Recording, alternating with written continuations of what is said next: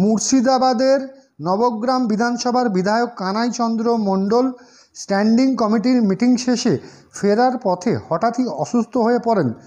তাকে তৎক্ষণাৎ Bardhaman medical college হাসপাতালে ভর্তি করানো হয় এবং তাকে দেখতে যান বর্ধমান দক্ষিণের বিধায়ক খোকন দাস, সঙ্গে ছিলেন উজ্জ্বল প্রামাণিক এবং কাউন্সিলর শাহাবুদ্দিন খান সহ অন্যান্যরা। তবে শেষ পাওয়া খবর অনুযায়ী উনি অনেকটাই সুস্থ রয়েছেন এই মুহূর্তে। মেডিকেল কলেজে আসছি।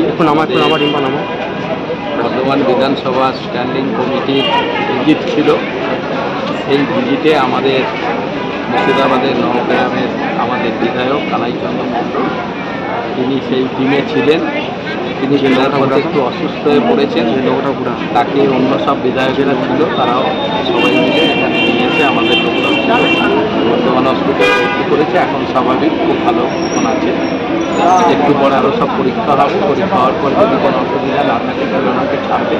তাহলে আজকের একটা আমাদের তৃণমূল কংগ্রেসের নবগ্রামে আমাদের বিধায়ক কানাই চন্দ্র। এখন কেমন আছেন তিনি? এখন ভালো আছে। ডাক্তারবাবু কি বলছেন? আমি ছিলাম, ডাক্তারবাবুরা দেখলো, আবার আমি ঘুরে আসছি। কাজ ছেড়ে আবার ভালো আছে। আমি ওনার সঙ্গেও কথা বলছি।